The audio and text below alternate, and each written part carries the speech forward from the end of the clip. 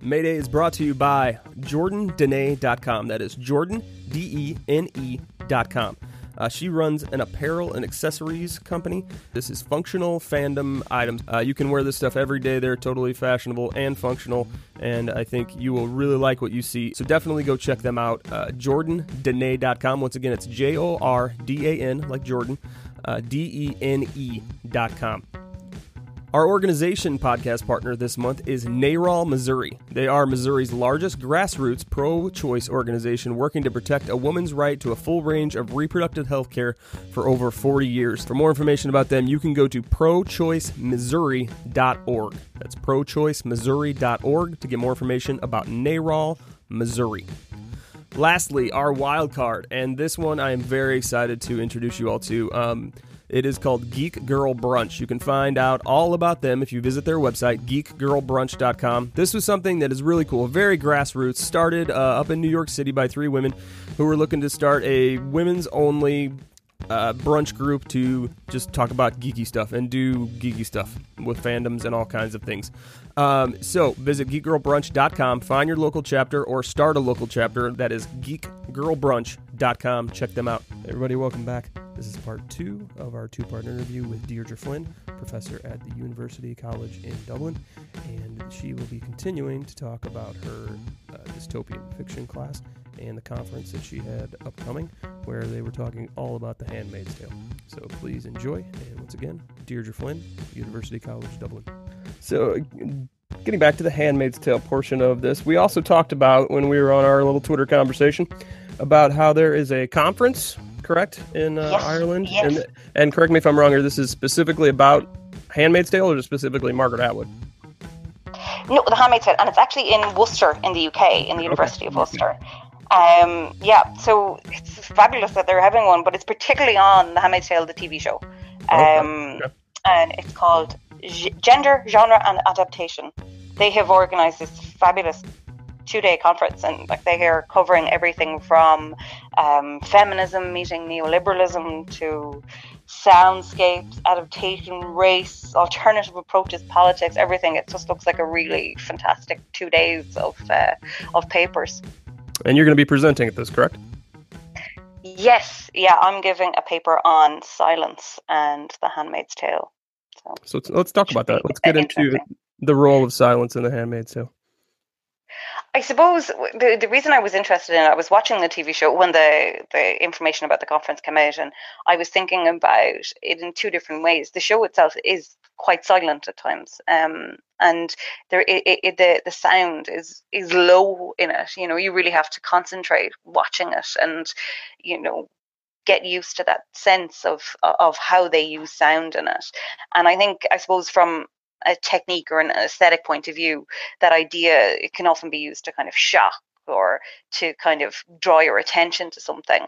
But I also thought of it in relation to the characters themselves and how they often don't speak, and that can make them complicit in the actual control of the sons of Gilead or the sons of Jacob. So this idea that if they don't speak up or do something about it, that they end up allowing it to happen by not speaking. I was thinking of Susan Sontag has a chapter about the aesthetics of silence, and about how, as an artist, silence can't be neutral in any way, and that we have to be kind of aware that silence isn't neutral. And I think it often leaves, maybe she says, space for meditation. And in some ways, I think when they're looking at it from the technique used by the director, the sound director, that it does give us a space as audience members or as viewers to think about what's happening, but also then kind of adding to the effect of the silence of the people involved in this society, like Luke or Moira or Emily or June. How they don't speak can be really, really important, and when they don't speak. So I'm going to kind of talk about Luke in the first bit, just in relation to when Moira and June lose their money and jobs and their power and everything, that he talks about minding them. And Right. I'll I'll take take care care of of you you. I'll take care of you is the famous line there. We love that. We had a rather Oh, lengthy discussion about that yes, you did. on the podcast. That was one of our favorite things. And Yeah, and I think, like, we talked about it in class as well, and some of the students were thinking, well, that's nice. He's her partner.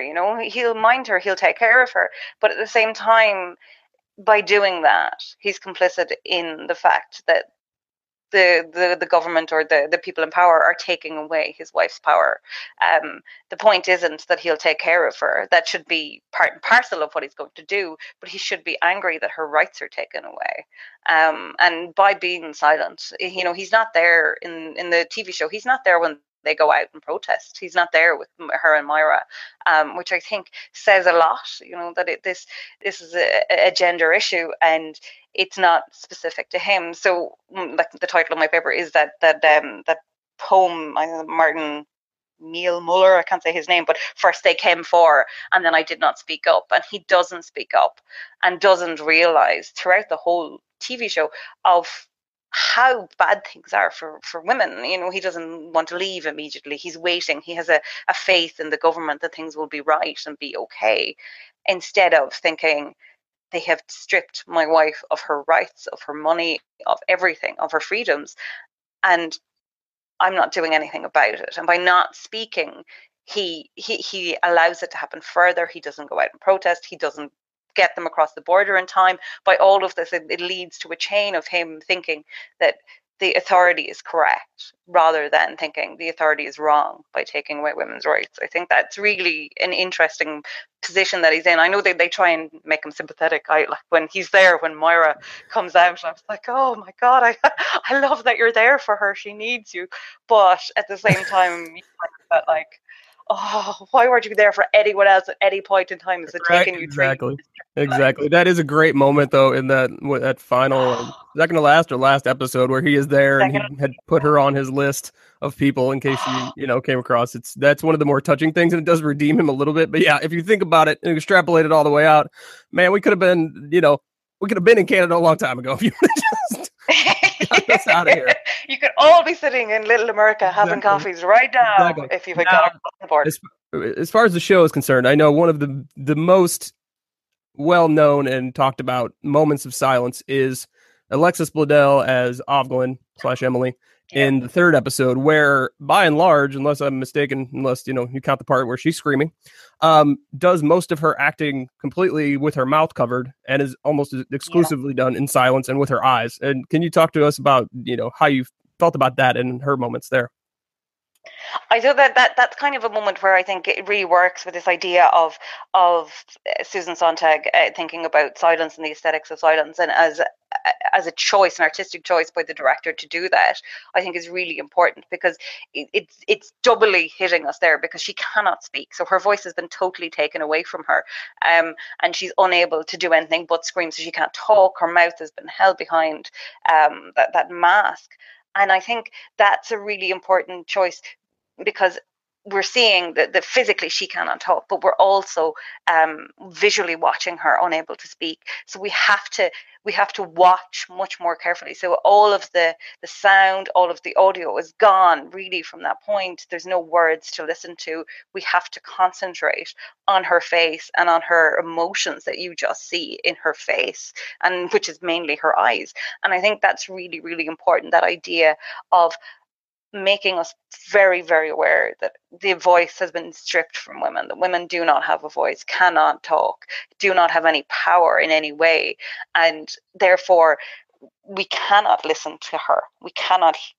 She does not have a voice within the society. So watching her go through that, through silence, without using the words, is really important. But also, trauma sometimes is something that people don't have the words for, that the trauma is so deep that words are not good enough or are unable to express how bad a trauma is. You often hear of people who, like the woman that Luke meets, right? I was going to say that. Yeah, the woman that is with that group that picks him up in the van, she is completely silent. So yeah, that goes right to that. Yeah, exactly. I think that fits in with that this there's this woman who cannot speak, and there we were watching, and I think it makes us. They say, like in film, silence is very rarely used, because usually there's music on, or there's something there, there's some sort of sound in some way. So when something is silent, it really highlights, because we're watching something that's visual and oral, so oral, that when you see something like what's going on to Alexis Bledel, it's just you can't move away from it. The silence, you can only create noise around you, so it makes you uncomfortable, and that, I think, highlights and kind of puts more emphasis on the feeling that she's going through, so that you feel it more too, so it's more highlighted to you as a viewer. And I think that's a really important incident. And so, let's talk about the flip side. And I know you sent me the abstract of your paper that you're going to be talking about. Let's talk about Serena Joy a little bit, and her character, and how she's sort of silenced in kind of a opposite way of the rest of them, whereas she has this power in this society that she's helped create, but it's not exactly how she wanted it. And so talk about her side of things. I think one of the things that they've done is segregate people, and be able to separate them into groups, so that the groups can be against each other, if you know what I mean. Margaret Atwood talked about this being a us-topia instead of a dystopia. So it was us that created the dystopia. It was us who've done this to ourselves. And I think Serena Joy is a really good example of an us-topia person. She has done this to herself through her own kind of, I suppose, that what they call the unconscious bias, that often women can be unconsciously biased towards themselves, and think, well, there was a survey done with millennials in the US before the presidential election, and they asked them to look at pictures of who they thought looked presidential, and even young women in that 16 to 24 bracket picked men above women as somebody that looked more presidential. And I think that's really interesting. I think that's with Serena Joy as well. It's this idea that she was unconsciously biased towards women already, and as a result of that has stripped herself of her own rights, not realizing how it impacted on her. I think that incident with the Mexican delegation, where they ask her, about her book that she's no longer allowed to read, I think is interesting. But then giving her some sort of power within it makes her feel, well, I'm not like the handmaids, or I'm not like a Martha, or I'm not like an unwoman.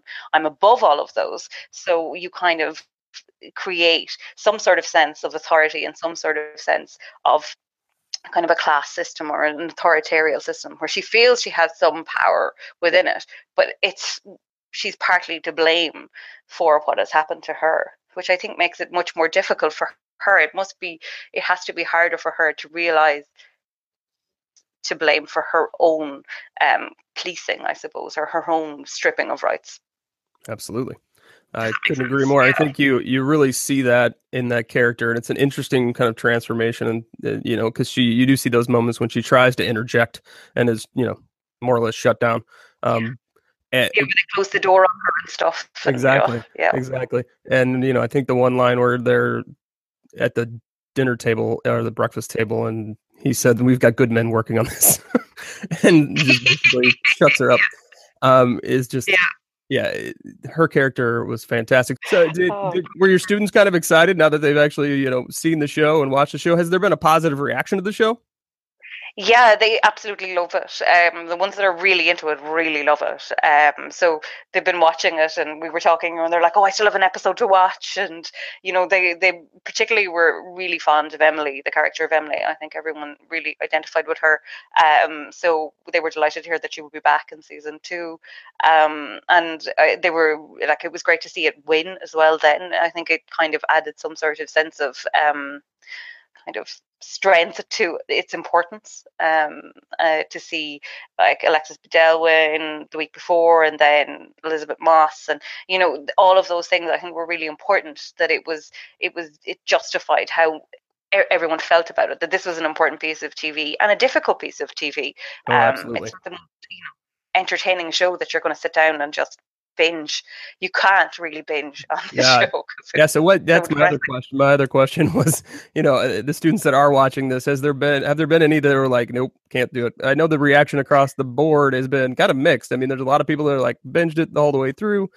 Some people watch it a little bit at a time, but are like, wow, it's really dark, because it's very dark and disturbing, which I think says a lot. And I've always said when I've talked about it that saying a show is disturbing in 2017 is really saying something, because there's so much that you can do on television these days.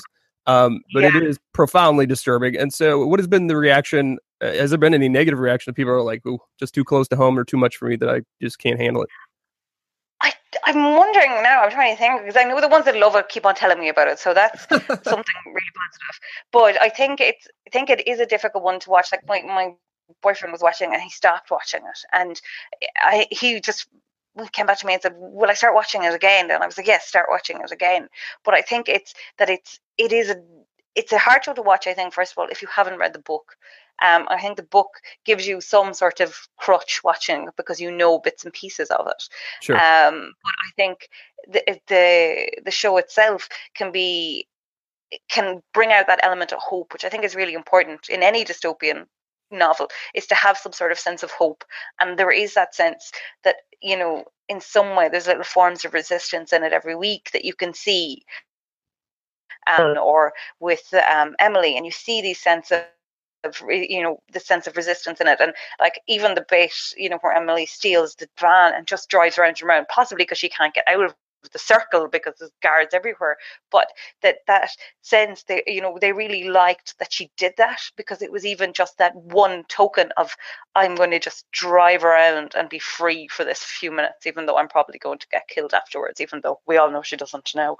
But I think it's really interesting that they just loved that bit, and I thought that was interesting, because it's that moment of hope, or that moment of resistance, been really important to them. And I think that's kind of, with that show, you have to watch it slowly in some way. Well, it depends, but I couldn't binge it. I could only binge the last 2 episodes because I needed to know how it ended.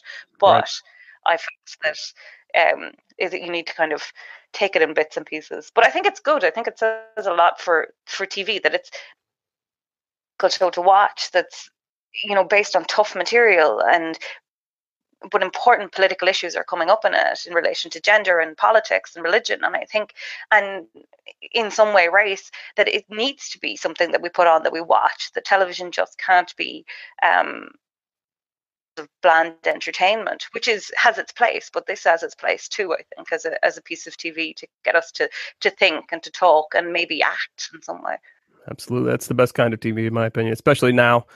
So you talked about the role of hope in the dystopian novels. Let's talk about the role of hope over in Ireland. We are actually talking to another Irish reporter who works for a website over there called She-Mazing, and they are going to be reporting about the March, which is the same day as your conference. So tell us a little bit about that, because I know you are aware of the March that's going on. So talk about the role of protest over there and the hopes, and is there hope that the protests and everything can make some change over there, or is it still a little bit up in the air? Yeah, it's still a little bit up in the air, I suppose. We, as I say, abortion in Ireland is completely illegal, and the rights of the unborn fetus have the same rights as the woman. So, and 2 years ago, I think it's 2 years ago, a woman called Savita Halapanavar died.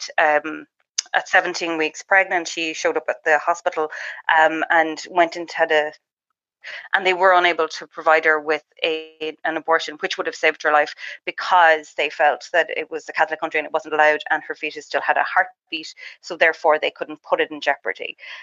So there's been, and particularly since that, but there's been a number of cases. There was an asylum seeker who came to the country who had been raped and was looking for an abortion, was suicidal and on hunger strike, and they wouldn't provide her with an abortion, and they force fed her and forced her to go to term. And so there's been a lot of talk about this, and there's been a huge amount of people coming forward and saying, I have travelled to the UK to access abortion and to access my healthcare. The 10 and 12 women a day leave the country to access abortion and healthcare in the UK because of our laws. And we've recently held a citizens' assembly where they bring discuss particular issues that they think should go to government. And because it's enshrined in our constitution, in the Eighth Amendment, we have to have a referendum to change the constitution. And it's been a difficult issue. There's been referendums before, but they haven't really been on this issue, and younger people haven't had the opportunity to vote on it. And sorry, it's my dog. And she's angry about it too. But so they held a citizens' assembly which recommended that abortion should be available without restriction up to 12 weeks, and then after that, on medical reasons, up to I think 22 weeks. And the citizens' assembly then present that to the government, who then have to hold a referendum on it. But the government are slow to decide to hold a referendum on it, and are now having a government committee, to talk about the findings of the Citizens' Assembly, to then decide whether we should have a referendum, and what that referendum should encompass, and what the wording should be, etc. So that committee started its meeting this week, and as a result, looking for the removal of this Eighth Amendment from our Constitution. So anyone who's looking for a pro-choice access to abortion in Ireland are a march next week. So this is I think 3rd or 4th march in the last maybe 12 months for this. So I think I